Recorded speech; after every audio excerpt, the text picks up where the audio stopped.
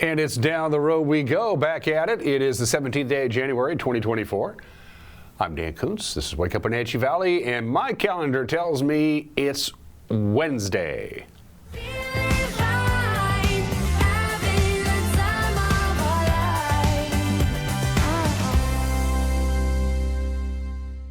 Winning Wednesday is back because it's Wednesday, and that's what we do around here.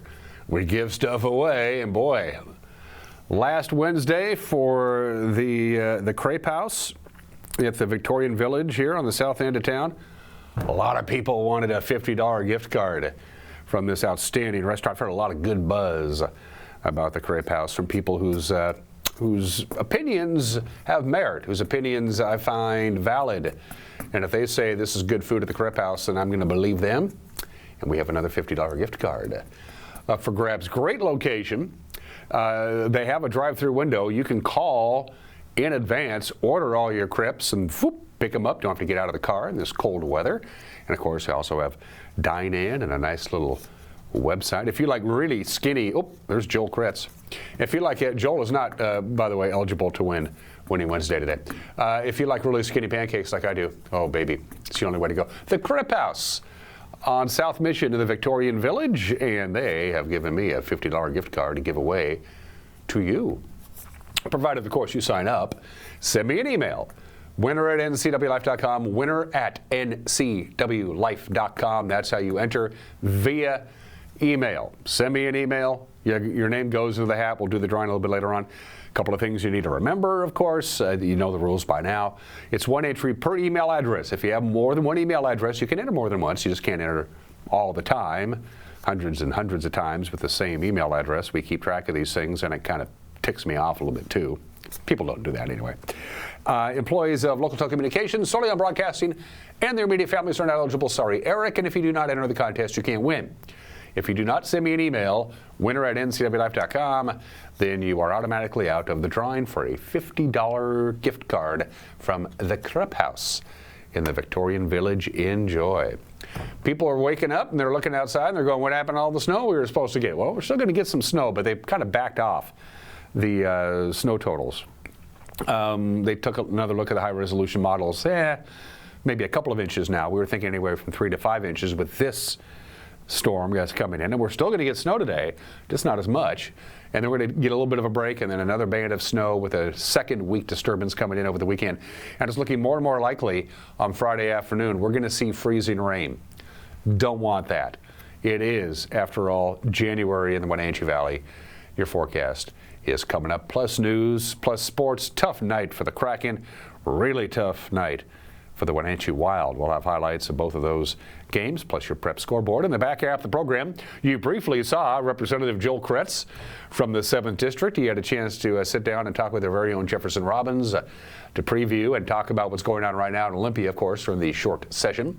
It's underway. It's in its second full week. We'll check in with Representative Kretz, find out what some of the bills he's keeping an eye on for his constituents in the 7th District. That interview in the back half of the program, and an opinion from Mike Mad Dog McNaughty. Let's do it. Let's take our tour around the valley. Now, the jump-off ridge camera this morning is looking really good, so we thought, let's do that one instead of the heights, because look at that. Just gorgeous. 12 degrees outside of our studios. It's downright balmy compared to what we've had. Yesterday, we topped off at 14 degrees. Of course, our low on Tuesday was 1, so we went 5 consecutive days of setting new record low temperatures. Some of them we just blew by. I mean, really setting them. Record low for today is 7. We're not going to get that cold. I don't think we're going to break any records today, by the way. Sunrise this morning, 7:42. Sunset this afternoon, 4:40. That's 8 hours and 58 minutes of daylight. Guess what? Today is going to be 2 minutes longer than yesterday. Sun's coming up a little bit earlier. Sun's going down a little bit later. Let's head on off to Rock Island. And it looks something like that. There you go. Once again, and I cannot stress this enough, I mentioned this yesterday, Rock Island Golf Course is closed. So it's closed. You just want to let you know that. If you wanted to hit some golf balls, you will have to go elsewhere. Good morning to Rock Island, Malaga on the other side of the river, way up on top. You can see the cross at the very edge of Wenatchee Heights. Can you make it out? Yeah, that's pretty cool. Downtown Wenatchee looks something like this. Roadways got considerably better yesterday, but there's still a lot of slippery spots out there. And with the upcoming snow, it is probably going to get slicker before it gets better. But we're going to see some pretty warm temperatures and some rain, too. We got it all weather-wise. Mother Nature's just throwing the whole buffet at us. And up to Billy Goat, because we love our friends up in the Omak-Okanagan area. Omak here also at 12 degrees. Good morning to Pateros, to Brewster, to Bridgeport, Alta Lake, the Methow River. It's too bad that that camera can't show the Methow Valley, because the support tower that the camera is sitting on is actually in the way. If we move the camera to the northwest to look at the Methow Valley, you can't see anything except a big aluminum pole. All right, snow totals. They have again backed off. They took one more look at the high-resolution models, and they say, now we're looking at maybe 2 to 3 inches of snow. Yesterday they were thinking a minimum of 3, up to 5 today. It kind of took its sweet time, and it kind of split in half. It's kind of a weak shortwave, and some of it went north and some of it went south, and kind of skipped by us a little bit. Still a lot of snow in Spokane, and a ton of snow in the Cascades. It's going to snow about 1 inch an hour on Stevens Pass today, and freezing rain. Chance of freezing rain has gone up, I'm afraid, especially the middle of the day on Friday. Now you see 0, but it's freezing rain. You just don't know. But right now, I think we're going to have a little bit of freezing rain on Friday. It's certainly looking that way, and that's about the last thing we need is freezing rain. We shall see. Best chance of freezing rain for the valley mid-morning on Friday. From the National Weather Service, here we go. Snow, yep, 1 inch, maybe 2, maybe 3 in the upper elevations around the valley. We'll get up to about 21 degrees. Cloudy tonight, 16 for the overnight low. Chance of snow tomorrow, about a 50-50 chance. Again, another inch or so on Thursday, couple of degrees warmer. Any snow we get on Thursday, by the way, will be Thursday afternoon, and a high of 23. Another inch or 2 possible Thursday night. No big snow event, just light, consistent snow overnight Thursday with a low of 21. Friday, we get it all. A little bit of light snow. Then they say freezing rain is a distinct possibility Friday mid to late morning, and then it could switch over to rain. On Friday, when you get up, the snow level will be at 900 feet. By the end of the day on Friday, it's going to be at 3,300 feet. Going to go way up there. So now we're talking about a freezing rain mix on Friday night. On Saturday, same deal on Saturday. Possibility of everything: snow, freezing rain, and rain. It's all a possibility on Saturday with a high of 31. We wrap up the weekend with rain. Again, snow level at 3,000 feet and a high of 31 degrees. So we are going to warm up, but some unsettled precipitation right through the forecast period. Going to take a break at 8 minutes after the hour, then we'll have the news. You're watching a Wednesday edition of Wake Up Wenatchee Valley on the NCW Live channel.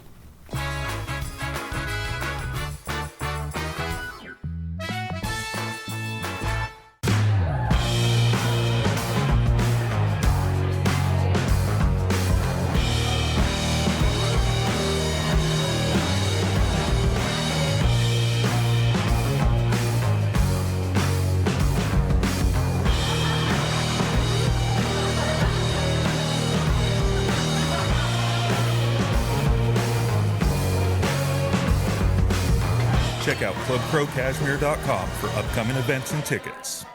Snow piles up quickly. Remove it just as quickly with Kubota compact and utility tractors. Rated #1 in durability and owner experience, they're built to take on winter with front and rear mount snow blowers, blades, and rotary sweepers. Get select Kubota tractors for 0 down, 2.99% APR for up to 84 months, plus save up to $800 on qualifying snow attachments. See your local Kubota dealer today.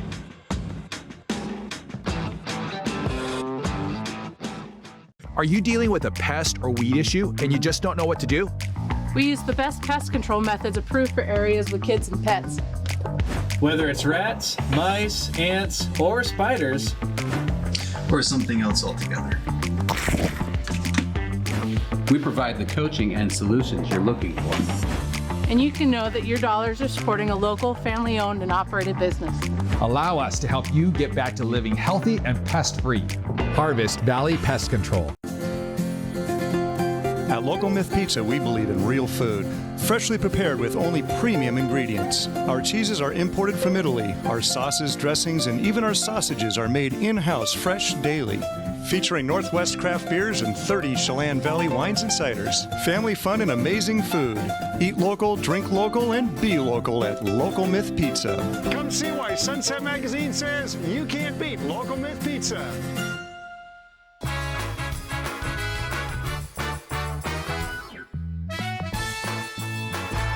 It is 12 degrees here in the big city. Still going to get a couple of inches of snow today, just not as much as was originally anticipated. A lingering and continuing chance of snow off and on right through the weekend. Freezing rain, a pretty good possibility on Friday afternoon. You were forewarned. It's 11 minutes after the hour. The United States Supreme Court yesterday officially declining to rule on the new capital gains tax here in our state. So the tax stays in place. The tax is on those who earn more than $250,000 a year on the sale of large capital assets. The Washington legislature passed the tax in 2021, calling it an excise tax. Opponents immediately sued, saying it's actually an income tax and was therefore illegal under the Washington state constitution. The case was first heard in Douglas County Superior Court. That's where Judge Brian Huber ruled in favor of the plaintiffs. But the Washington State Supreme Court overruled that verdict. The latest decision means that the tax remains law, but opponents have mounted an initiative campaign to have it repealed by the voters. A Washington State patrol trooper standing on the shoulder of Interstate 90 was hit Monday by a passing motorist. The State Patrol says Trooper Elijah Eilers was on the shoulder, contacting a parked vehicle at milepost 57, that's near Hyack, at about 2:30 on Monday afternoon when the 21-year-old driver of a Toyota RAV4 lost control and struck both Eilers and the parked car. Eilers is 26 years old, not seriously injured, but he was taken to Kittitas Valley Hospital. As a precaution, the driver, as you might imagine, faces citation for driving too fast for conditions. 6 local celebrities will be dancing come Saturday night is Dancing with the Wenatchee Stars. The idea to raise money for nonprofits. Dancers in the competition, East Wenatchee Mayor Geraldine Crawford, the owner of Wenatchee Wear and Our Digital Design, Mary Big Bull Lewis, Mission Ridge Ski Patrol Director Delcy Profit. The dancers, the amateurs, the celebrities will be dancing with professional dancers. The winner voted on by the audience, so you have to be there to vote. The competition will be at the America Performing Arts Center. Doors open at 7 o'clock Saturday. Tickets available at the PAC's website. The Wenatchee Valley Humane Society is hosting a campaign. They want to crown a king and a queen for the 2024 Washington State Apple Blossom Festival Grand Parade, the Stimmel Grand Parade. Dog owners, if you have a dog and you reside in either Chelan or Douglas County, you can nominate your dog now on the Humane Society's website. It's $20 per entry. Voting on the top 10 will take place February 28th through March 8th. It's $1 to vote before the royalty are officially announced. On March 11th, the winning king and queen will receive an official crowning ceremony on April 20th. But it's all for a good cause. And finally, 7th District State Representative Joel Kretz represents half of the Wenatchee Valley, most of it in Douglas County, of course. But his home base is a long way from here. He lives in Wakanda. That's where he raises and sells quarter horses. For years, Kretz has been focused on better broadband internet service for the most rural areas of Washington. This year, he and fellow 7th District Republican Jacqueline Maycumber joined the 13th District's Tom Dent to push for new language in the law, which would let internet development funds flow more easily to the less populated areas.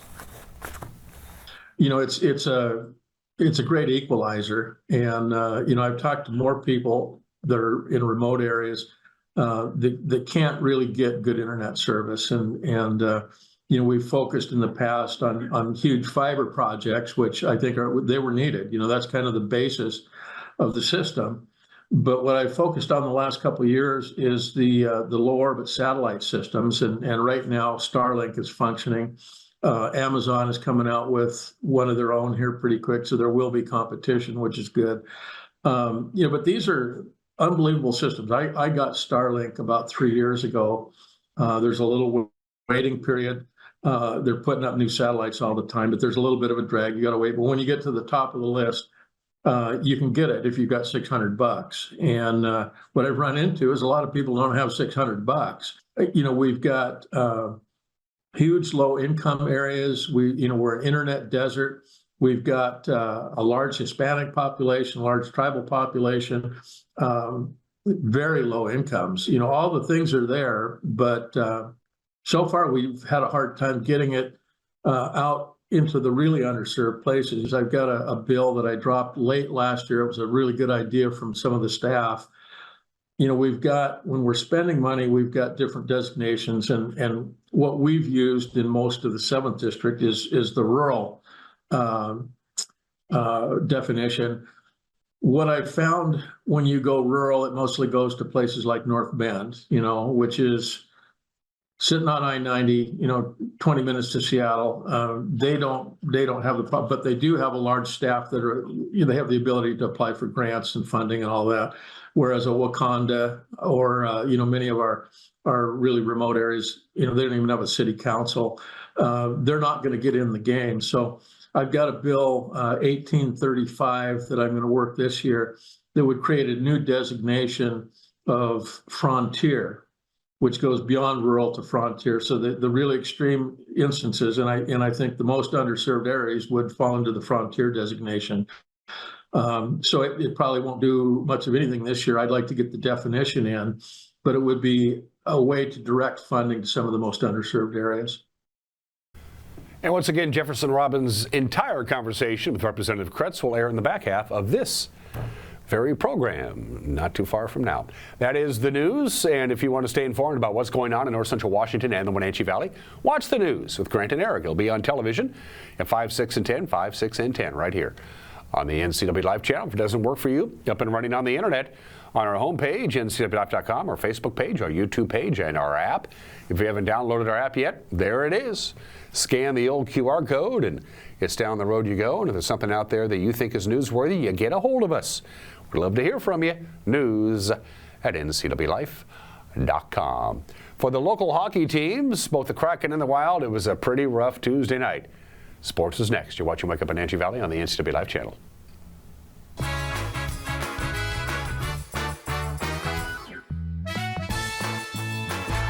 When your heating or cooling system is giving you trouble, call the diagnostic doctor from Dick's Heating and Air Conditioning.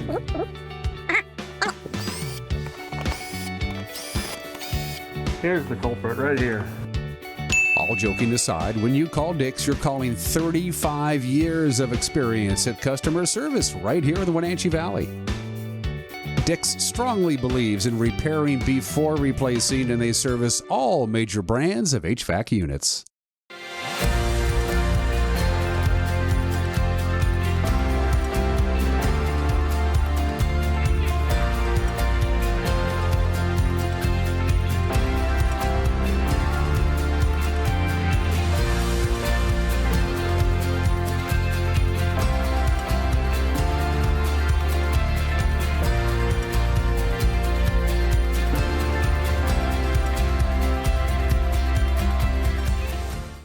Most of us are in touch with the internet in one way or another all day long.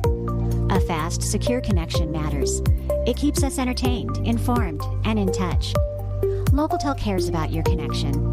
We know strong, reliable internet with your choice of speed makes life better. If you need fast, reliable internet, or maybe an upgrade, or you just have questions, connect with us by visiting localtel.com or call 509-888-8888 today. Bob File Boats and Motors is your local Yamaha headquarters. For more than 30 years, Yamaha outboards have delivered far more than superior power, performance, and efficiency. Yamaha owners get something that can't be measured in horsepower or RPM. Legendary Yamaha reliability. Find the Yamaha outboard that fits your life at Bob File Boats and Motors on Sunset Highway in East Wenatchee or online at bobfile.com.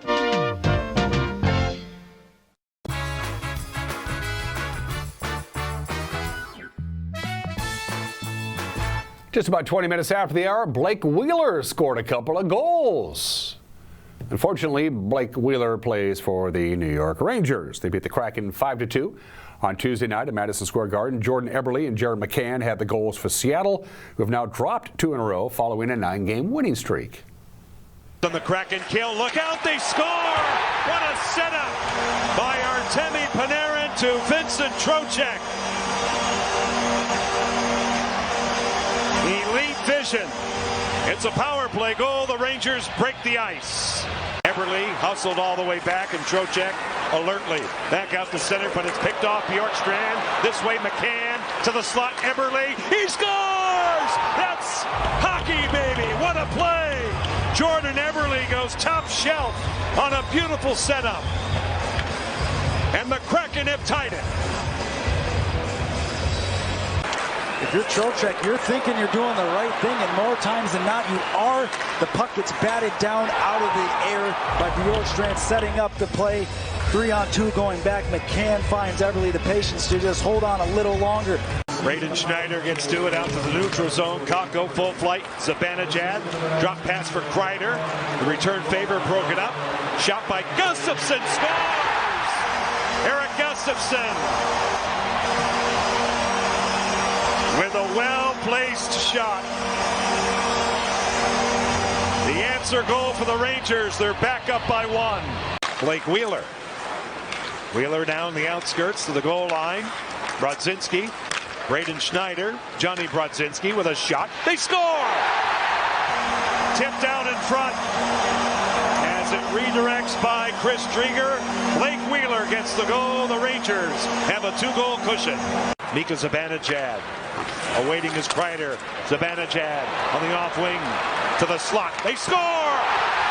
Kakko with a clean look in the dead slot. All alone. 4-1, New York. Jordan Eberle now through centers. The Rangers get in position through the neutral zone. Eberle gains entry to the outside. It's McCann right in. He scores! Jared McCann with a beautiful goal. His backhand to the roof. It's another power play goal. The Kraken down by 2. Puck gets kicked out by Eberle. You might just stop there, try to get set up. McCann takes it right to the house, and you have an opportunity even to give and go with Eberle going to the net, but the open space is there, backhand, and McCann just roofs it. He'll take a peek. Zibanejad carries along in the zone. Shot and a goal. Blake Wheeler with his second goal tonight. 5-2. Next up for the Kraken, Edmonton. They'll be in Edmonton to take on the Oilers tomorrow night at 6 o'clock on Root Sports. The Oilers have won, by the way, a franchise record 11 straight games. The Wenatchee Wild dropped a 4-3 decision to the team with the worst record in the WHL. The Kamloops Blazers last night at the Town Toyota Center. The Blazers taking advantage of power play goals to pull off the upset. As Ernst makes himself another save for the Blazers. Prasovsky heaves it across. It's blocked partway for Wood. Gets this one back, sends it in front. Isogai slides it in and scores. Ernst committed to the play coming to his right. Isogai with enough space in front. Sends it on from the right point, paddled away by Hauser. Minute 50 left in the first. Wild up 1-0. Right dot thrown on top shelf. And they score. Harrison Brunicky had the shot. Don't know how many of them you're going to get. One-timer. That one hammered home by Keller. Up the left wing, Keller. Svetlikov almost overskated him into the zone. Had to pull it back. Isogai headed the other way. Backdoor chance. They score! Sam Ward! This game is tied!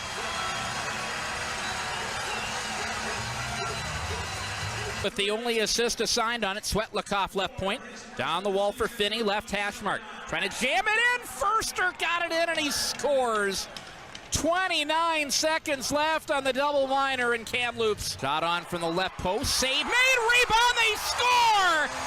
Hayden Moore ties this game up at 3. Right out of the timeout. Buchart's through center, over the blue line. Tying with him is Wu. Wild enter onside. Buchart's down the wall. Wu not able to get control of the puck. Here comes Brunicky up the right wing. Brunicky goes backhand, forehand, scores. Kamloops wins it.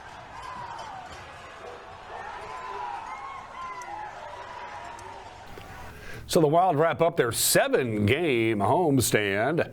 The Chiefs coming to town Saturday night, the always entertaining Guns and Hoses night, and they'll get going at 6 o'clock at the Town Toyota Center. From our friends at Les Schwab, it is the prep basketball scoreboard in girls basketball. Kashmir won a non-leaguer over Clay Elm, also Quincy over Cascade in Caribou Trail League play. Ellensburg keeps their long winning streak alive, no problems over Grandview. Prosser knocked off Ephrata. Boys basketball last night, Okanagan beat Tenasket. It was Brewster over Lake Roosevelt, Liberty Bell all over Manson, Waterville Mansfield over Cascade Christian Academy, and Soap Lake defeated Moses Lake Christian in girls basketball. Boys basketball, Kashmir over Clay Elm, so a clean sweep for the Bulldogs there. Quincy knocking off Cascade in CTL action. It was Ellensburg over Grandview, and Prosser defeated Ephrata. And in prep basketball in boys, the smaller schools. Tenasket beat Okanagan, Lake Roosevelt over Brewster, Liberty Bell over Manson, Waterville over Cascade Christian Academy, Aniat knocked off Thorpe, Riverside Christian a victor as well as Moses Lake Christian. And your schedule. If you want to go out, it's all small schools. Moses Lake Christian will be at Waterville Mansfield at 6 o'clock in girls basketball, and Soap Lake will be at Ephrata at 7 o'clock. In boys basketball, again, it's a doubleheader. Waterville Mansfield will host the Moses Lake Christian boys at 7:30. Thorpe is at Ephrata, and Republic is at Orville. And those are just some of the games that people are playing at 26 minutes after the hour. If you're looking for an excuse, if you bit off more than you could chew on New Year's Day, today's your day, January 17th, ditch your New Year's resolution day. If you're looking for an excuse, here you go. Sorry, I couldn't keep up with it. Only 8% of all Americans who do a New Year's resolution actually stick through it, actually keep their New Year's resolutions. New Year's resolutions go back all the way back to about 4,000 years. The ancient Babylonians were thought to be the first to say, I want to do this with my life as we change into the new year. The top 5 New Year's resolutions. Number 5, manage my money better. Number 4, eat better. Number 3, exercise more. Number 2, stop smoking. Number 1, lose weight. Lose weight by far and away, number 1. And of course, this is the time of the year, if you watch television at all, or it doesn't really matter what it is, they're everywhere. Weight loss drugs, workout facilities, more drugs, more gyms, diets. You can ditch it all today and not feel bad about it, because it's get rid of your New Year's resolution day today. It's 28 minutes after the hour. Today in history, here comes Prohibition. 104 years ago today, the 18th Amendment was ratified. It was ratified the year before. It actually went into effect on January 19th, 1920. Of course, the idea, clean up this, it didn't work. Alcohol was more prevalent than ever. It just increased the crime rate with bootleggers and what have you. The 18th Amendment declaring the production, transport, and sales of alcoholic beverages illegal. It did not actually make the consumption of alcoholic beverages illegal, so there was that. It didn't last very long. That was on this date in 1920.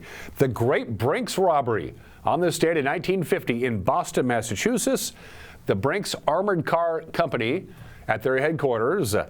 11 thieves steal $2.77 million from their vault, which comes out to $33 million today. At the time, it was the biggest robbery ever.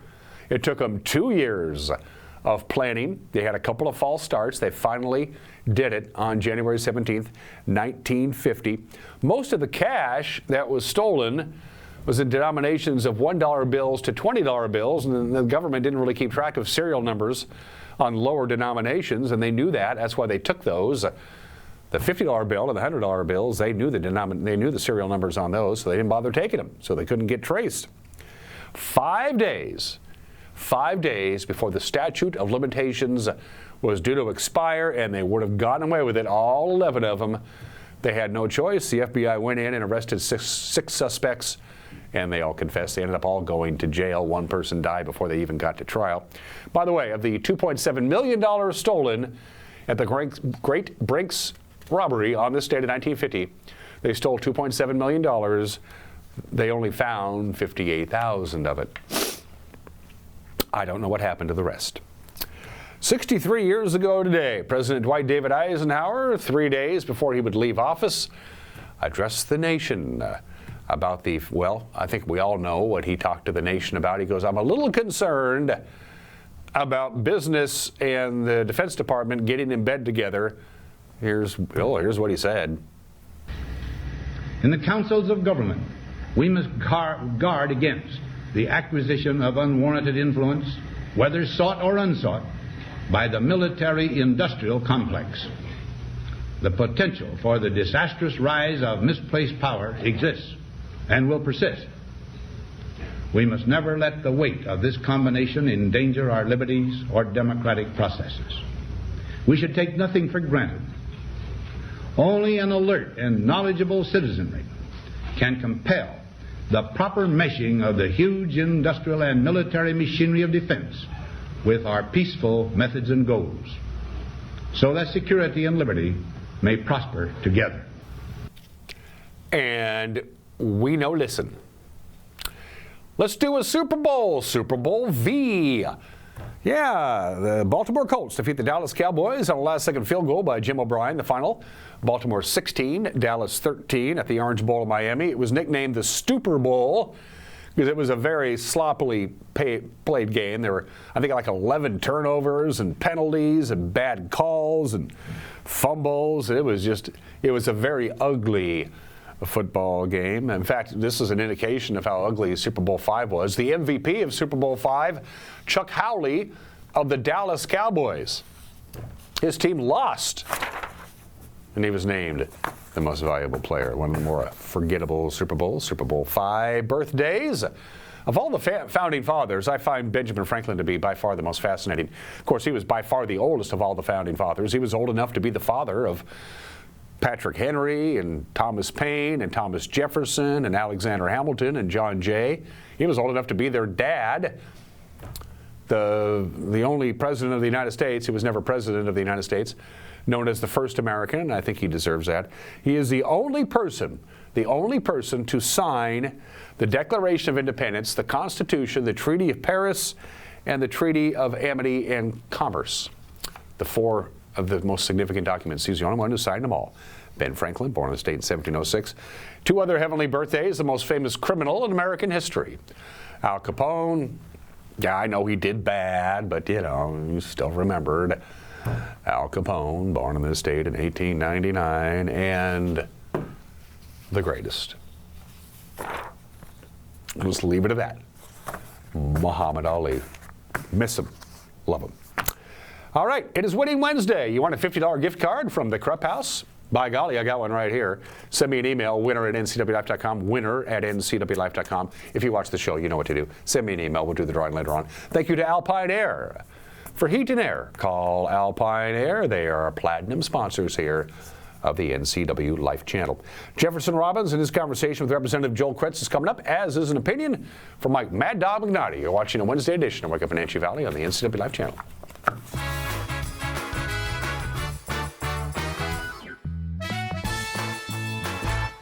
Bring the whole family up to Stormy Mountain Brewing and local public house in historic downtown Chelan. Applewood smoked brisket, street-style tacos, and our award-winning barbecue rubs and sauces. Our meals pair perfectly with our exciting lineup of craft ales, made right here in Chelan. We've got room for big groups, or give us a call for catering. So grab the kids and check out the fun at Stormy Mountain Brewing and local public house located in the heart of Chelan. This is Grace, and this is her world record-holding guinea pig with an iconic name, Abby. She currently holds the Guinness World Record for the highest bar jump by a guinea pig. I ride horses and I jump, so I kind of thought it'd be interesting to teach my guinea pig to jump like my horse does. One day she came out of her room and looked at us, and I said, "Did you get it?" And she said, "Yeah, we got it." After we won our award, we came to Abby's to celebrate. The agents of Kennedy Real Estate Group are committed to providing the ideal client experience. We believe in the power of relationships. Why? Because we don't just work here, we live here. From the nonprofits we serve, the parks where we play, and the local businesses we support, our team understands the value of living in the Wenatchee Valley. Let's begin your real estate story.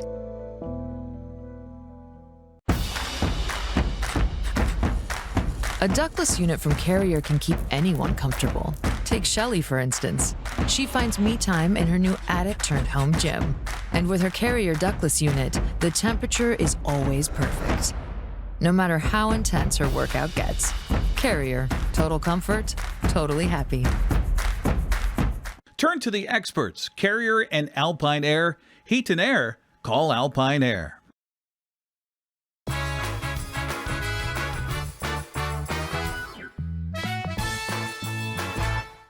This is Mike Mad Dog McNulty, and everybody is entitled to my opinion. So when the state government wants to change the rules about unspent used gift cards, did you hear about that? They want the companies who have been now keeping the money on unused gift cards to surrender that money to the state as unclaimed property. Well, I do think some changes need to be made to ensure you and I are compensated or advised that we have an outstanding credit on a gift card. But I don't see any reason for the government to get the excess. How many of our pockets do the politicians want to stick their hands in? Sheesh. This is Mike Mad Dog McNulty, and that's my opinion.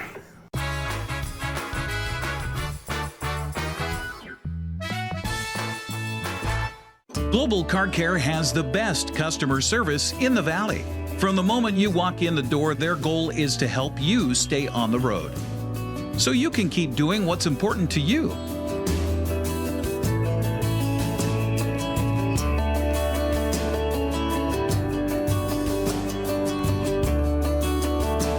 Global Car Care certified ASE mechanics stand behind your automotive repairs.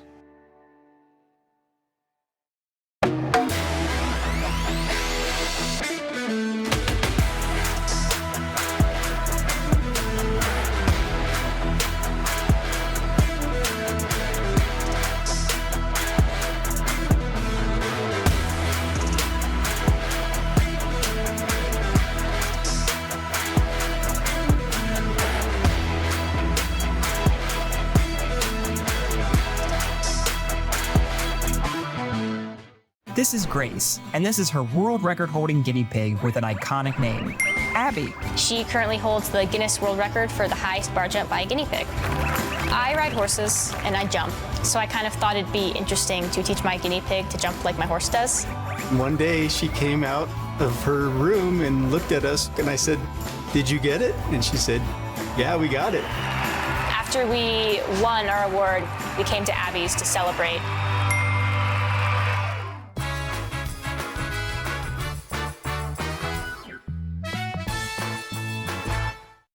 I was working on issues just as a private citizen, and I was involved in the Okanagan Farm Bureau, and we took some issues to Olympia, and I got kind of familiarized with it. And I guess the biggest thing I learned out of it is somebody working hard can make a difference. And I think citizens need to keep that in mind. I think a lot of people have lost that belief, but we still can. We still have a chance. And I got a little bit familiar with the Olympia system.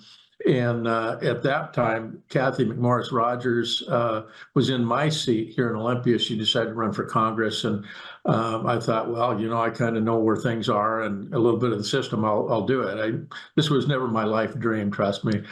Tell me a little bit about the place that you are from. You are in Wakanda, Washington. Yes.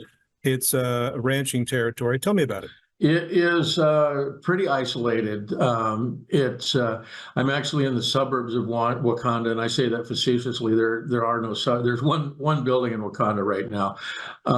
It's an economically downturned area. There's a lot of struggles up there, which I think is true a lot of the district. It's by far the biggest district in the state. We go clear to Idaho. The whole northern tier is in it. That all has been in for a long time. We lost quite a bit of Spokane County when we picked up the rest of Okanagan and Douglas and part of Grant. So it's a real challenge getting around to the whole thing. How well did you know Douglas County and the Wenatchee Valley and the Grant County region before your district was expanded? Well, I don't know all the ins and outs of everything, but we'd worked with the 12th district legislators that had all that previously, on a pretty close basis. You've got a good team in there now from that area. We've worked on a lot of things together. There's a lot of common interests across that whole area. Well, you're actually a transplant. You moved from Western Washington to Eastern Washington to take up your business, and you're a rancher. When did you make that transition, and what led to that life choice? Well, I was on the west side in Skagit County logging, which I'd been in the timber business, my family, for generations, and really enjoyed it. But what I was finding was more and more, rather than being out in the woods doing what I like doing, I was spending time dealing with government agencies and labor and industries and the whole bit, and kind of had a chance to buy the place I'm on now in Wakanda, just kind of a fluke deal.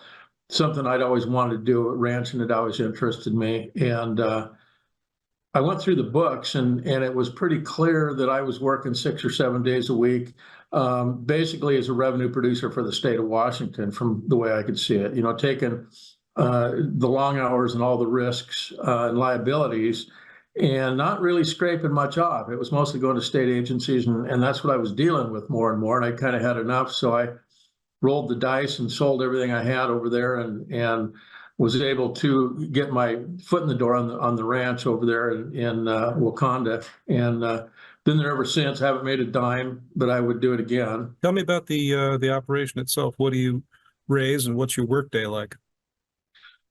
Well, workdays never end. It's in the past we raised more cattle. We've cut down quite a bit on the cattle. We're mostly raising quarter horses, and that's something that I've gotten a real lesson on. I've learned a lot. I've got a kind of an internet-based marketing strategy that has really made the difference. It's kind of, the old model was you hang a flyer down at the feed store and hope for the best, and that just doesn't work anymore. So we're selling horses all over the U.S., and we've shipped some to Canada, Mexico. And then the last few years, we've been shipping some to Europe, which has been quite an experience. The cool part of that is you ship a horse to Europe, and then they tell you, you got to come visit it, So I was lucky enough to go over there in 2019 and visit some of the horse folks over there, and real eye-opening experience. But we do a little bit of timber also, so I've still got my fingers in that. Mostly stand restoration now. There's not a whole lot of value up there, but we're working on creating a healthier forest and a more fire-resilient forest on the place. Do you think that the legislating takes away from time that you could be spending on the ranch operation? I think I could show you a good $20,000, $25,000 loss every year from being away. You're involved in forest management, land management practices, ranching. That involves thinking about all kinds of elements, like all the way from soil to feed to growth to sunlight. So how does that feed into what you're able to do in the House? Well, I think it's pretty important. If you look at the makeup of the legislature, there's not a lot of people with that kind of background over here. It's overwhelmingly urban, which, they've got their own set of problems that, they're real, and I try and understand and help them. But a lot of my job has been educating urban legislators. I think maybe the most effective thing has been inviting them over to the ranch, spend a couple days, find out that we're not trying to destroy the environment, we're actually doing the opposite. And it's gotten some understanding. I've got good relationships on both sides of the aisle. My strategy is we don't have to agree on everything. We don't even have to agree on very much, but if we have a few things that we agree on, which is paid off, especially a lot of what I've worked on the last 8 or 10 years has been fire related and forest health, and got a lot of background in that. We burned more ground in those areas, up the east side of the Cascades than anywhere in the country. And have worked with, both sides of the aisle. Larry Springer from Kirkland, of all places, has been a huge help. We passed a big bill here about 3 years ago, put his name on it because that seems to be more successful with Democrats in Olympia. But we got a $250 million bill through that really helped on thinning in the forest health, helped a lot of the fire side. We've got a lot quicker responses now, and we were able to partner with more of the volunteer districts, which are kind of at the core of a lot of the district. They're the first guys out there usually, and they're showing up with, no budget and, maybe trucks from the 70s. And we've been able to upgrade quite a bit of that. And that was just a process of working with urban legislators mostly, and Commissioner of Public Lands, Hillary Franz, has been great. It's been gratifying to see some progress on an issue that was long overdue. I know that after, say, about 2012, 2015, when huge fires swept through your area, there was a lot of anxiety. Do you feel like the forest health practices that have been introduced, some of which you've been able to put forward, have made for a more fire safe or fire resilient area, say, for instance, where you live and work? I do. One of the biggest differences, I think, is there was, in the past, there was a lot of controversy over silly things like whose fire is this and jurisdictional issues. And I think we've streamlined that quite a bit. Is it perfect? No, it's got a ways to go, but we've improved it. And then the quick strike capabilities are unbelievably better. I think, when all that was going on, I think we had 8 aircraft. And I think there was, between owned and leased aircraft, there was close to 40 in the game the last few years. And we're just seeing a lot quicker response. And the whole key to firefighting is getting on it quick. And while it's small, you've got a good chance. But, those years, 2014, 15, I don't know if anything could have stopped those, but I think we could have done I can give you a million examples of better jobs we could have done on those. But I think there's progress, yeah. So, Representative Kretz, one of the things that I think you're best known for people, particularly outside your area, is being a voice on wolf management and predator management. How far do you think that program has advanced? Is it in a better place now as management of wolves in Northeast and Eastern Washington, better serving the needs of people like ranchers and people who live in the rural areas? I would say no. We were making some progress 5, 6, 7, 8 years ago. But in recent years, Governor Inslee has decided that he's going to be God's gift to wolves and never going to see one removed, which is, it's a big hurdle. The governor's got to sign a bill, and, he's got a pretty extreme stance on it. I don't think that, I think he's listened to a certain set of people, mostly from out of the state. They've decided to make Washington a battleground on the issue. And, I've focused on, we've got wolves. They're always going to be here. You couldn't make wolves extinct in this state if you tried. When they did it 100 years ago, they were using things that never would be used now, poison and all kinds of that sort of thing. It's impossible. You look at, the states that have had wolves for a number of years, they've made some progress. They are doing all the non-lethal things they can do, preventative things. They're doing a good job of it in most cases. We've gotten better at that. But the difference with those states is when there is a problem, when there's a crisis, and they're putting a ranching family out of business, in those states, they come in and do something about it. And this state hasn't been able to get over that hurdle. There's a lot of resistance to that. There's a lot of lawsuits. Fish and Wildlife Department is always dealing, lawsuits is basically the basis of every decision they make on wolves is, can we defend this in court? So I would say that the system is, in that sense, is not improved at all. The response is poor. I guess the only place I've seen some progress is with the Colville tribe, who manages the reservation, but they also manage what they call the Old North Half, which is north of the reservation. They have hunting and fishing rights there. And they're really concerned about the wolves as they watch the ungulate populations dropping, which means less hunting opportunities for them. And they've been really responsive. It's been a really good partnership with them. I wish I had it with the state. What do you think is one innovation that could be put in place in the wolf management program that would make it better serve people in your district? Well, the listing status is a big part of that. They're listed as endangered. The feds have them delisted in the eastern part of the state. The state still has them listed statewide.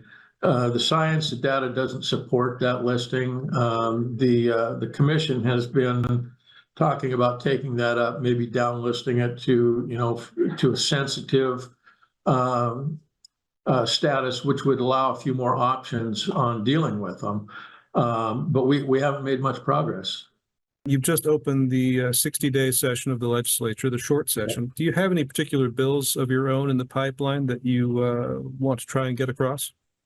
Well, I'm working on some wolf bills and met with Fish and Wildlife yesterday and some of the producers, and we're trying to come up with something that has a ghost of a chance of getting somewhere, just looking for some little progress. That's the toughest issue I've worked on. Fire was probably the second toughest, but one thing I've been focused on for a long time is better internet access in rural areas. It's a great equalizer, and I've talked to more people that are in remote areas that can't really get good internet service, and we've focused in the past on huge fiber projects, which I think they were needed. That's kind of the basis of the system. But what I focused on the last couple of years is the low orbit satellite systems, and right now Starlink is functioning. Amazon is coming out with one of their own here pretty quick, so there will be competition, which is good. But these are unbelievable systems. I got Starlink about 3 years ago. There's a little waiting period. They're putting up new satellites all the time, but there's a little bit of a drag. You got to wait. But when you get to the top of the list, you can get it if you've got $600. And what I've run into is a lot of people don't have $600. And so a couple of years ago, I got a proviso in the budget in the House to provide $2 million to help subsidize the initial cost. I think once you get it, if you've got an internet-based business, you're going to make enough to make the monthly payment. It's night and day. My service in Wakanda, of all places, is almost as good as what I'm sitting here in Olympia with. I've had no glitches, no problems, no delays, no anything for 3 years with it. It's unbelievable. Changes. And back to the previous part of the conversation with marketing horses, I couldn't do what I'm doing and sell horses all over the world without a good internet connection. So that's a focus. I think that's something that would really help a lot of people in rural parts of the state. I think we can out equity, which is the trendy word around here right now. We've got huge low income areas. We're an internet desert. We've got a large Hispanic population, large tribal population, very low incomes. All the things are there, but so far we've had a hard time getting it out into the really underserved places. We had, I think, $50 million here a couple of years. That's where I had the proviso. Didn't make it to rural, I can tell you that. The list is embarrassing of where it went to, frankly. Their so-called rural component was Pullman. Okay, Pullman's got some options. I'm sorry. So that's one of the big struggles. And I guess the point of all this is I've got a bill that I dropped late last year. It was a really good idea from some of the staff. We've got, when we're spending money, we've got different designations, and what we've used in most of the 7th district is the rural definition. What I've found when you go rural, it mostly goes to places like North Bend, which is sitting on I-90, 20 minutes to Seattle. They don't have the problem, but they do have a large staff that they have the ability to apply for grants and funding and all that. Whereas a Wakanda or, many of our really remote areas, they don't even have a city council. They're not going to get in the game. So I've got a bill, 1835, that I'm going to work this year that would create a new designation of frontier, which goes beyond rural to frontier. So the really extreme instances, and I think the most underserved areas would fall into the frontier designation. So it probably won't do much of anything this year. I'd like to get the definition in, but it would be a way to direct funding to some of the most underserved areas. A bill that you did get across last year was HB 1700. This established a cultural landscape feature on the Capitol campus. It makes room for Eastern Washington trees and shrubs like ponderosa pine, quaking aspen, western larch, and says that they should be displayed on the Capitol campus. Has any planting taken place? You know, that's one of my next missions is to go out. They were hoping to get a little bit of it started this fall, and I've got to get out there and see. But it was, you know, the campus is a beautiful area, and it's really kind of got an arboretum status. And you walk around, and there's trees from the west side of the Northwest and trees from all over the world. But there's a remarkable absence of anything from Eastern Washington. And, you know, once in a while, it might be nice to walk out and take a look at a ponderosa pine. Representative, is there anything I didn't think about or anything you'd like to put across to, again, familiarize people in the Wenatchee Valley area with yourself and you know, with your representative project? Well, I look forward to serving the folks down there. I met yesterday with one of the irrigation districts in that area that has some huge challenges. They've had some big problems down there, and working with the guys in the 12th district to get we're hoping to get some capital budget and maybe some climate, if we can find a climate component to it. There's lots of money for that. So I'm just interested in hearing the needs. I'm hearing some huge challenges with, you know, tree fruit didn't have a great year. The hay guys are, boy, what a mess. We've got some real problems. And, you know, this project would at least supply, you know, continuity in water. They came really close last year to having shut the pumps off, which, I mean, we all know what that does to an orchard in the middle of growing season. So interested in hearing from folks down that way. And I appreciate working with some of the folks down there. I've gotten acquainted with some of them and more to come. Representative Joel Kretz with the newly expanded 7th District. I want to thank you a lot for talking with us. Thank you. Appreciate it.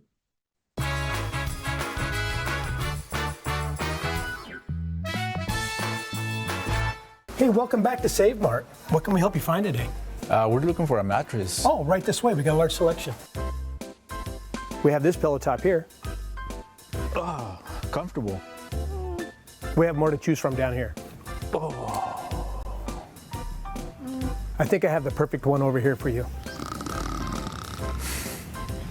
I guess we'll take this one. You'll find it at Save Mart. Full service at a low, low price. At Confluence Health, our mission is clear: to provide exceptional care for our community. We believe in healthcare that's personal and local because we're just like you, members of this great community. We are Confluence. Local care by and for our community. Local care by and for our community. Local care by and for our community. We are Confluence. Hey, hon, would you run this around to the wash rack? Oh, okay.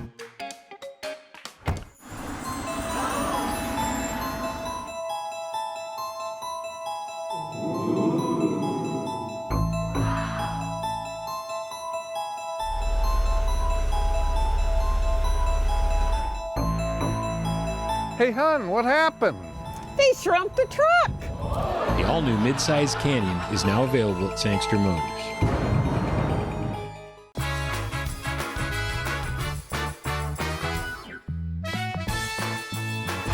And one final reminder, it is Winning Wednesday. You want to win a $50 gift card from the Crepe House at the Victorian Village here on the south end of town. Good restaurant, good vibes. Good people, too. $50 gift card up for grabs. Send me an email, winner@ncwlife.com, winner@ncwlife.com. We'll do the drawing a little bit later on today. Brand new slide from the National Weather Service. I told you at the start of the show they backed off the snow total. Now they backed off even more for what we're expecting today through the rest of the day today. We're still going to get some snow. And now they're thinking maybe an inch or two tops, and they're backing off even on Spokane and the passes as well. It's kind of lost a little bit of its mojo, the first of two shortwave systems coming through. Second one, though, could give us some freezing rain from the National Weather Service. Here you go. Snow today, yeah, an inch, maybe two. We'll top off at 21. No snow tonight, 16 for the overnight low. Slight chance of some snow on Thursday, about a 50-50 chance of an inch or so. Tomorrow's high 23, an additional inch possible Thursday night. Keeping a very close eye on Friday because freezing rain, I think, is a distinct possibility on Friday. It could switch over to rain. The snow level by Friday afternoon is going to go all the way up to 3,300 feet and mixed precipitation right into the weekend. And that's it for us. We'll see you tomorrow. Take care. Bye-bye.